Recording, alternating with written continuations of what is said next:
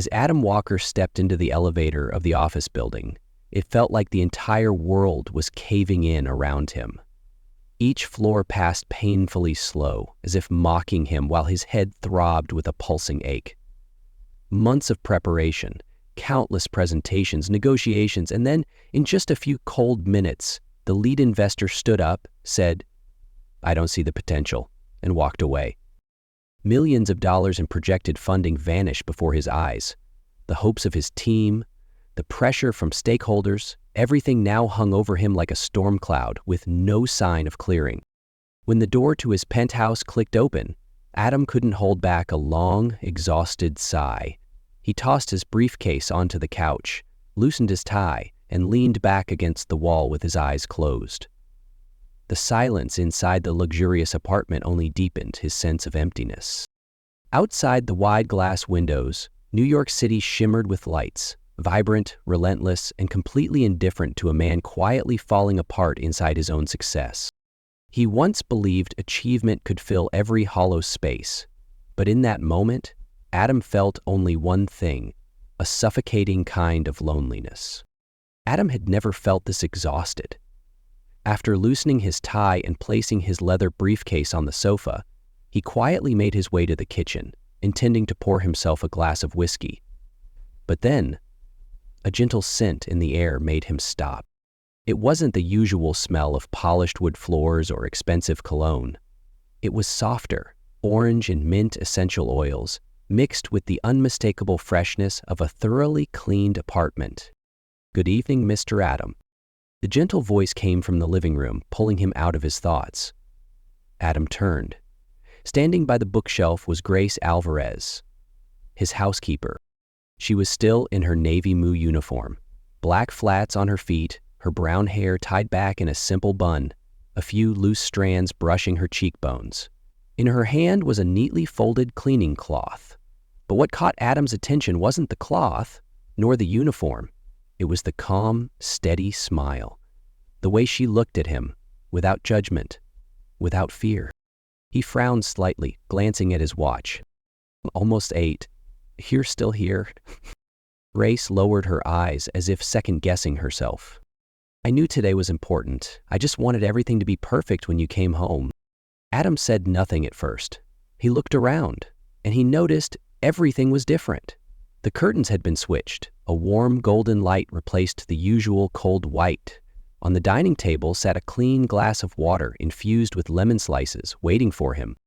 No flowers, no candles, just tidiness, order, and something far more subtle, attention to detail wrapped in quiet care. "You didn't have to do that," he said softly, part surprised, part something else he couldn't name. Grace smiled but didn't respond. Instead, she studied him. "Today didn't go well, did it?" she asked. The question landed gently but directly. Adam chuckled dryly. "Do you always read people like that?" Grace nodded once.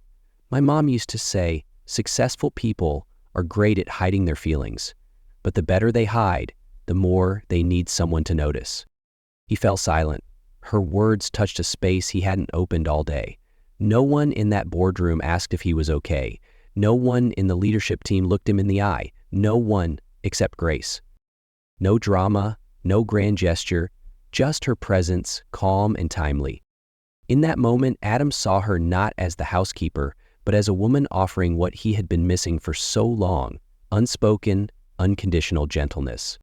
Adam walked toward the wine cabinet in the living room. His fingers brushed over the neatly arranged bottles of oak-aged reds, but his mind was still caught on Grace's last words. "Do you drink wine?" he asked, his voice barely above a whisper. Grace paused.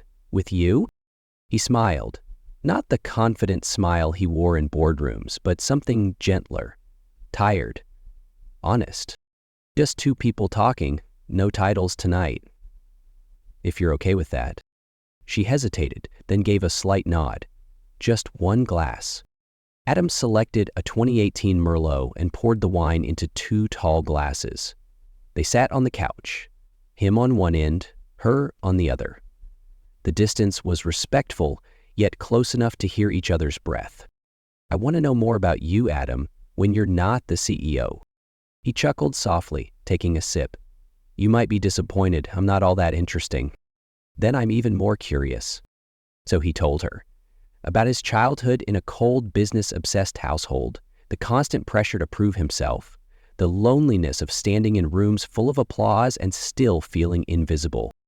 I'm tired, Grace. Tired of always having to be in control. Tired of always pretending I've got it all figured out. Grace didn't interrupt. She just listened, her eyes warmer than any lamp in the apartment. When he paused, she asked, "When was the last time you felt like just yourself?" Adam thought it had been a long, long time. Maybe right now. They looked at each other, and in that moment, the wine wasn't just wine. It was an invitation to open up, to admit that everyone needs a safe place to fall, even if it's just for one night. They kept talking, the topic softening into something more personal, more intimate. Grace shared about her night classes at the community center, the massage therapy training she pursued not because it was trendy, but because she believed in the power of intentional touch. Some people come in just to be touched with kindness, she said softly. Not everyone gets to feel tenderness. Adam said nothing, but he felt it, not in his head, but in his tired, aching body. He rolled his shoulders and gave a weary smile. My neck and shoulders have been killing me for weeks. Too many hours at the computer. Grace paused, then offered gently, "If you'd like, I could try a light massage, just like we practice in class." "You sure?" "I'm sure, only if you're comfortable with it." He nodded. Grace stood and disappeared into the bathroom. When she returned with lotion, Adam had already unbuttoned his shirt, his back bare, seated at the edge of the sofa. She settled behind him, took a deep breath, and rubbed her palms together to warm them. Her first touch was feather light, but it sent a quiet jolt down his spine. Her hands were both gentle and assured, as if she instinctively knew where he held pain. He closed his eyes and exhaled. God. Too much pressure? No, the opposite. You have hands that, just like your mom said, know how to heal. She smiled, but didn't speak. She moved to his lower back, then up to his neck, working into the stiff muscles with slow, intentional strokes. The room thickened. Not with silence, but with something unspoken growing between two lonely people. As she reached the base of his neck, Adam tilted his head toward her. Their faces were only inches apart. She looked up, eyes wide, about to speak, but didn't. He whispered Grace. She nodded slightly, no words, no retreat. The first kiss was soft as a breeze, a silent question. The second, deeper, was the answer. Tension melted. Only emotion remained. Skin, breath, need, and something deeply human. The longing to be close, to be seen, to be loved. That night, Adam wasn't a successful CEO. Grace wasn't a struggling housekeeper. They were simply two people who had found the most fragile part of each other and stayed. The next morning, Grace woke as the first light of morning slipped quietly through the curtains, landing on the soft white sheets like a feather. The world was unusually still, filled only with the steady rhythm of Adam's breathing beside her, a peaceful sound she never thought she'd grow familiar with. His arm was still draped around her waist, his chest gently pressed against her back, a thoughtless, tender gesture, but one that made her heart race faster than usual. She didn't dare move. She lay still, trying to steady her breathing, though her mind spun like a tangled thread unraveling. She had just slept with her boss. The thought repeated like a quiet chant in her head, warming her cheeks with embarrassment.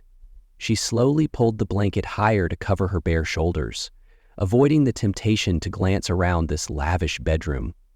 One she usually entered with a vacuum or a duster. Never like this. Grace turned her head gently to look at Adam. His sleeping face had none of the sharp, intimidating angles of the CO she'd known. He looked peaceful, human, soft, even. She wanted to slip her hand from under his, to get up, find the line they'd crossed and put it back where it belonged. But before she could move, Adam stirred and pulled her in a little closer. "Don't go," he murmured, voice rough with sleep. Grace froze. "You're awake?" Adam opened his eyes, looking at her. A soft smile appeared at the corner of his lips, but his eyes were serious. "Do you regret it?" Grace lowered her gaze, clutching the blanket tighter. "I don't know. I feel scared. I'm not used to this. To this kind of closeness." "What kind of closeness?" "The kind that makes you feel like you've stepped into a world you don't belong in." Adam propped himself up, facing her. "You're not stepping into anything. You're here. With me. And that's real." Grace shook her head slightly. "You're my boss. I clean this apartment every week. I fold your laundry. I don't know if what happened last night was about me or just because you were lonely." "Grace," he whispered, but she had already turned her face away. Embarrassment, confusion, and a quiet fear wrapped around her like a second blanket. Because part of her, no matter how much she wanted to deny it, remembered one thing too clearly: how safe she had felt in his arms. Grace left the apartment without another word. Her steps were fast, almost frantic. Like each second she stayed, the line between right and wrong blurred even more. She didn't look back. Adam stood frozen in the living room, staring at the door she had just closed. The apartment returned to silence, but not the kind that soothed. It felt hollow, cold, and vast. Like everything that happened the night before had been a fleeting dream. He didn't know how long he stood there, still holding the untouched cup of coffee. His mind spun with questions. What is she thinking? Will she come back? Did I cross a line? The entire morning passed in a blur. A meeting with partners felt like watching people through frosted glass. Every word, every number slipped past him. By midday, he couldn't take it anymore. He stepped out onto the balcony and pulled out his phone. His fingers trembled slightly as he dialed her number. It rang 3 times. Just as he was about to hang up, Grace's voice came through, soft, tired. "Hello? It's me, Adam." A long pause. Then she replied quietly, "I don't think we should be talking." "Just 1 minute," he said quickly. "I know this morning was confusing. It was for me too. But I don't want it to end like that." "Adam, I'm not calling to pressure you. I want to invite you to dinner. Not as your boss, just you and me, if you'd consider it." The silence stretched so long, Adam nearly lost hope. "I'll think about it," she whispered. And when the call ended, Adam allowed himself the smallest smile. Just a little, but enough to know there was still a chance. Grace barely noticed she was holding her breath as she stepped into the restaurant. The little Italian place sat humbly on a quiet Brooklyn corner, with soft yellow lights spilling from frosted windows like something from a warm, distant memory.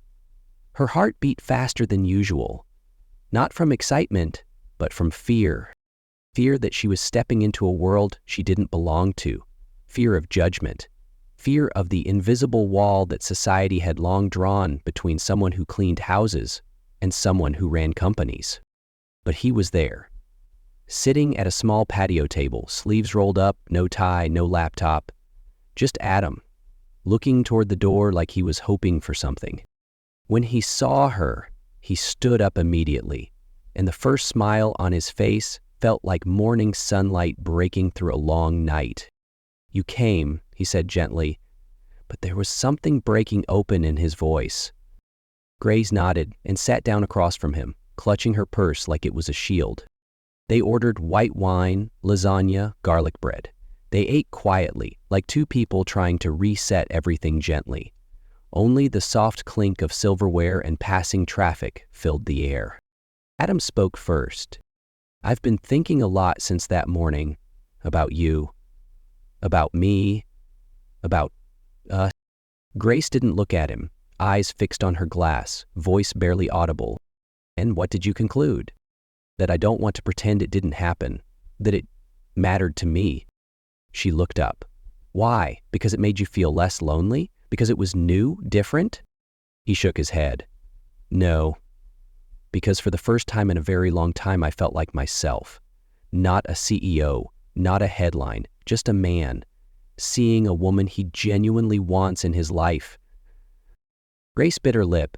Her heart wanted to believe him, but her mind still held up its walls. "Do you know how I felt?" she asked, her voice trembling. "I felt small.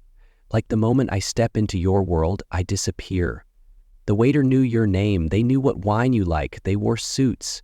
I had to borrow this dress from a friend." Adam didn't look away. "You didn't disappear. You were the only real thing in that room. You were honest. You were present. That's why I felt calm. That world, I'm not even sure it's mine anymore." "Are you sure you want to be serious?" she asked. "Not with fear now, but challenge." He nodded. "I'd never been more sure." "Romai? Because when I'm with you, I don't have to hide anything. I don't have to be strong. I don't have to prove my worth. You see me, not the title, but the man."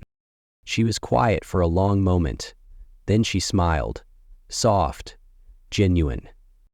"Then maybe you can start by asking me something simple."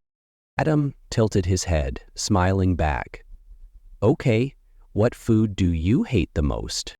She laughed, a real laugh finally. "Canned fish. The smell makes me cry." He laughed with her. The space between them eased, lighter, truer. And under that soft yellow glow, they were no longer a CEO and a housekeeper. Just two people learning how to speak honestly with their hearts. That evening, after dinner, they didn't part ways right away. Adam offered to walk Grace home, but she gently declined. Not because she didn't want to end, but because she wasn't ready to end the night with a lingering hug or eyes that said too much. "I want to hold on to this feeling just a bit longer," she said. "The feeling of walking away as myself, without being pulled back." Adam understood. He didn't push. He just stood there, watching her go until her silhouette disappeared around the corner.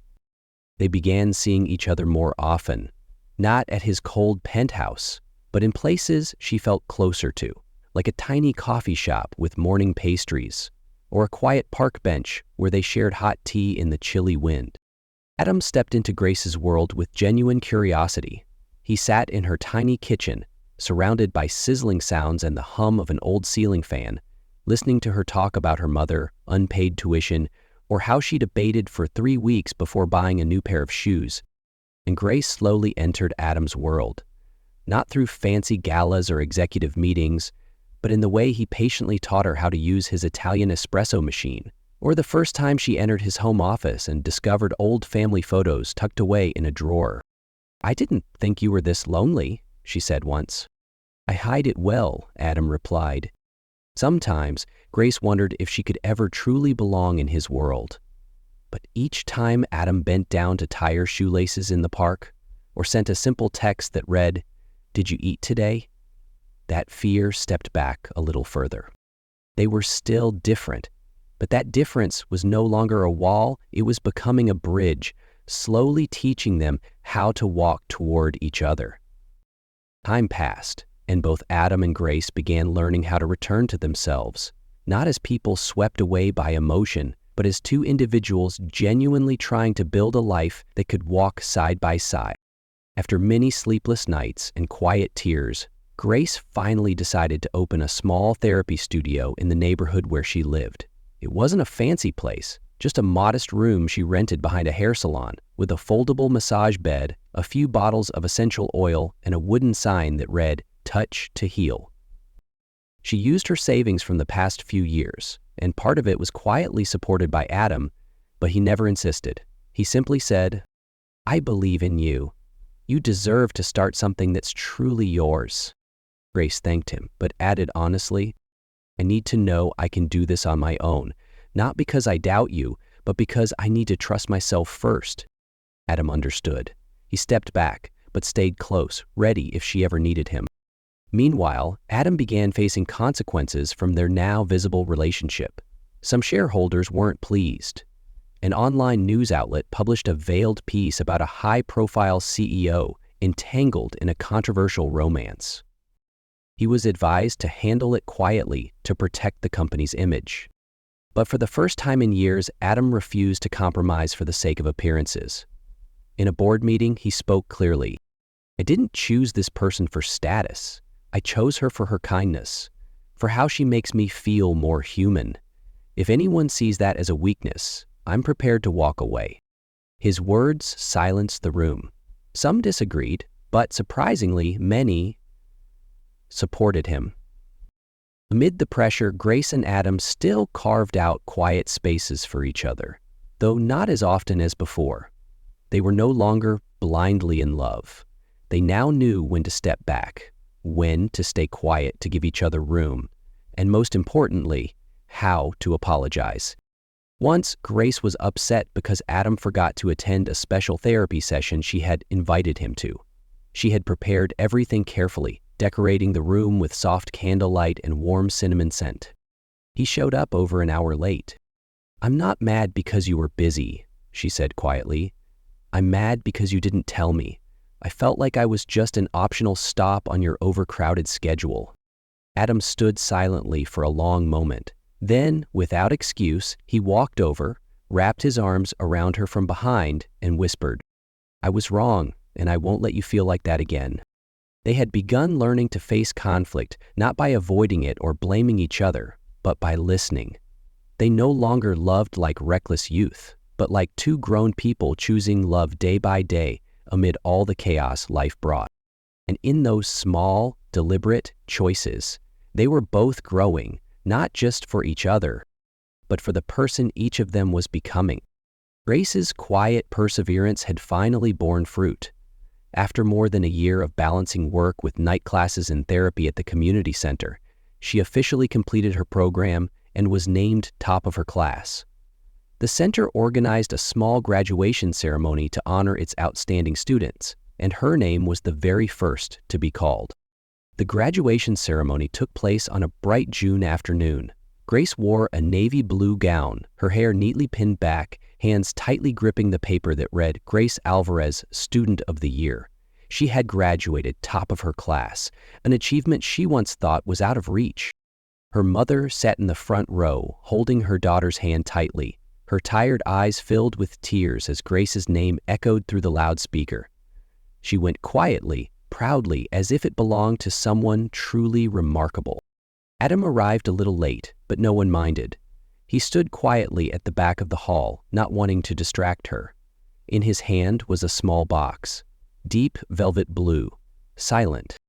After the ceremony, friends and family gathered for a small party in the backyard of the community center, the same place where Grace once scrubbed windows, now the site of a celebration just for her.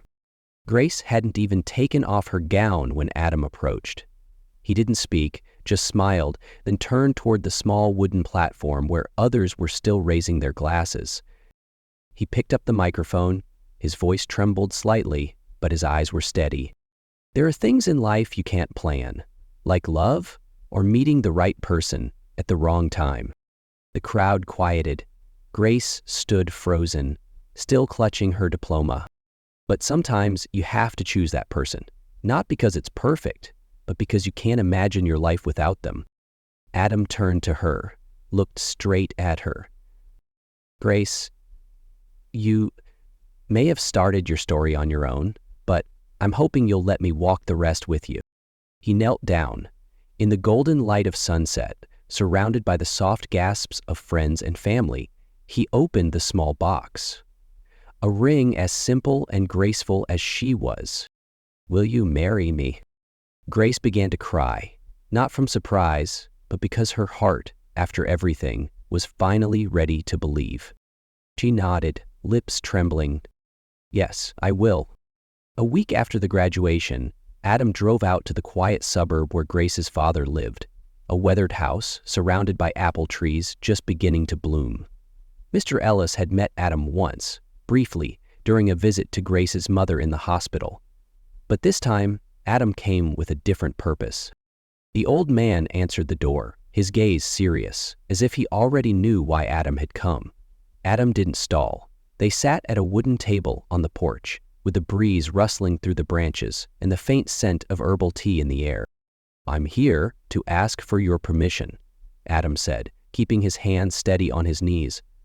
"I'd like to marry Grace." Mr. Ellis said nothing at first. His eyes weren't cold, but they weren't easily convinced either. "Do you know how much she's been through?" Adam nodded. "I do, and that's exactly why. I won't promise to make her happy every moment, but I do promise to stay no matter how hard it gets." The old man studied him for a long moment. Then, finally, he gave a slow nod.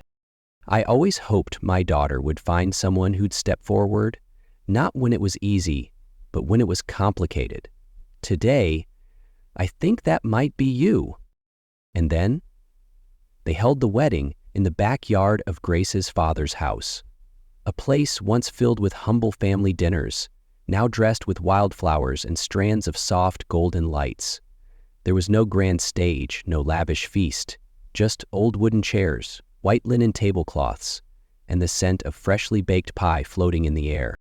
Grace wore a dress her mother had saved from her youth, white lace lovingly altered to fit her shape. Adam chose a simple gray suit, no tie, just a single daisy pinned to his lapel. Close friends, neighbors, and former co-workers gathered in a loose circle. Everyone smiled genuinely. No more judgment, only blessings, and a few happy tears.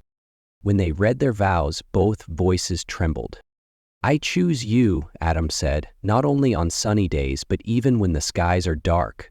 I promise to listen, to grow with you, and to never walk away, even when we don't see things the same." Grace looked into his eyes, her lips quivering. "I choose you, not because you're perfect, but because I know you always choose to stay." And when they shared their first kiss as husband and wife, the whole garden erupted in applause. Their life after the wedding didn't include a honeymoon in Europe, no beachside villa, no glamorous dinners. But what they did have was a quiet fullness in the smallest things. Grace continued to grow her therapy studio. From a tiny room behind a hair salon, she eventually rented her own space. Bright and airy, with white walls, wicker chairs, and a shelf of essential oils she blended by hand. More and more clients came, not just for her skills, but for the sense of honesty and safety Grace offered. One client once said, "She touches your soul," without saying a word. As for Adam, he learned how to slow down. He stopped accepting late-night meetings, stopped bringing his laptop to bed, and learned to put his phone down at dinner. A few months after the wedding, he even turned down a major deal because it would have kept him away from home for 4 straight months.